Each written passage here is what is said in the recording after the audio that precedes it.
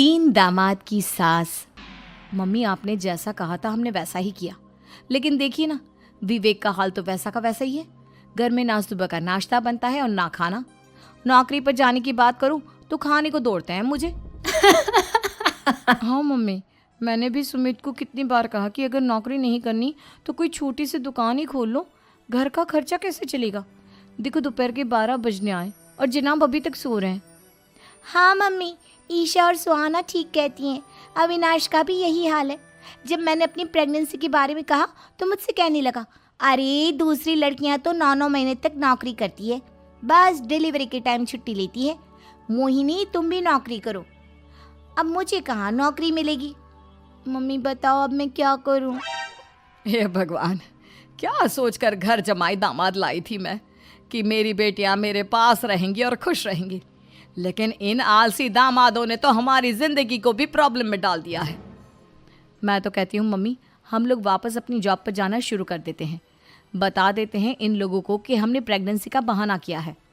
नहीं नहीं बेटा, ऐसी गलती भी मत करना। अगर तुमने ऐसा किया तो इन तीनों की आदत और ख़राब हो जाएगी। अरे आज नहीं तो कल कभी तो तुम प्रेग्नेंट होगी, तब वापस यही प्रॉब्लम आएगी। तब क्या करोगी तुम तीनों। हाँ मम्मी, आपकी बात तो बिल्कुल सही है। इन लोगों को तो सुधारना ही पड़ेगा। लेकिन कैसे? अपने बच्चों के आने की खबर सुनकर भी इन लोगों पर कोई असर नहीं हो रहा। पैसे कमाने के लिए घर से बाहर निकलना ही नहीं चाहते ये तीनों। अब मेरे दिमाग में एक प्लान आया है। तुम तीनों चिंता मत करो, उन तीनों को बुलाओ, फिर मैं बात करती हूँ। अविनाश, सुमित और विवेक, देखो बेटा, मैं ना तुम तीनों से बड़ा प्यार करती हूँ, इसीलिए तो तुम्हें घर जमाई बना कर रखा है मैंने। अरे मम्मी जी, सीधे सीधे कहिए ना, क्या बात है। प्यार तो हम भी आपको बहुत करते हैं। अरे मम्मी जी, आपकी इज्जत भी बहुत करते हैं। अरे भाई, आपके जैसी सास और कमाने वाली बीवी सबको मिलती है क्या? हाँ मम्मी, विवेक और सुमित ठीक कह रहे हैं। आपकी बेटी से शादी करके मेरी तो जिंदगी ही अच्छी हो गई है। ऑडियो जंगल। जानती हूँ मैं, और ये भी जानती हूँ कि तुम तीनों अपने अपनी बीवियों से बहुत प्यार करते हो।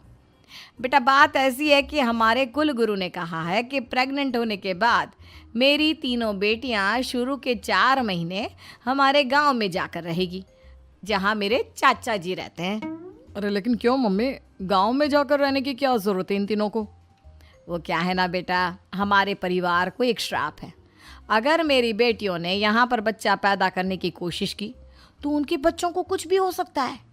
इसलिए अब से लेकर 4 महीने पूरे होने तक इन्हें गांव वाले घर में रहना पड़ेगा। हाँ तो इसमें प्रॉब्लम क्या है मम्मी जी? हम भी वहाँ जाकर रहेंगे, पिकनिक मनाएंगे।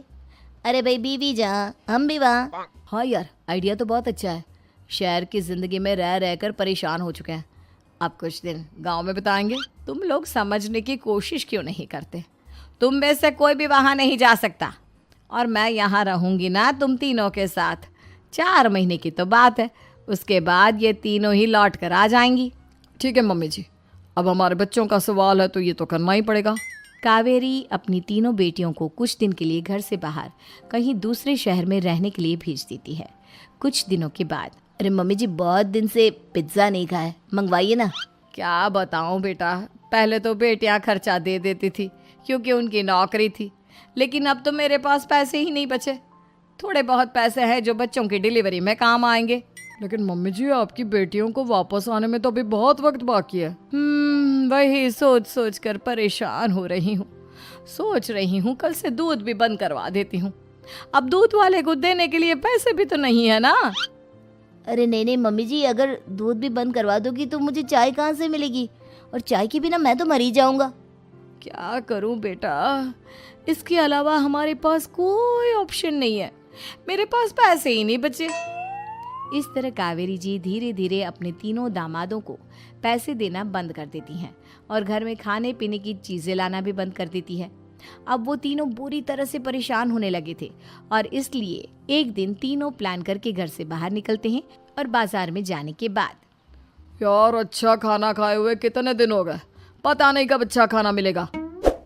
हमारी बीवियों के जाने के बाद तो हमारी हालत भिखारियों जैसी हो गई है यार। कुछ भी हो, मुझे तो आज पिज्ज़ा खाना ही खाना है। जेब में 1 रुपया नहीं है और पिज्ज़ा खाएगा, कहाँ से आएंगे पैसे। अरे देख वहाँ सामने बोर्ड पर क्या लिखा हुआ है, कंप्यूटर पर काम करने के लिए एक आदमी की आवश्यकता है। भाई मैं तो जा रहा हूँ, काम करूँगा और शाम तक पैसे लाकर आराम से पिज्ज़ा खाऊंगा।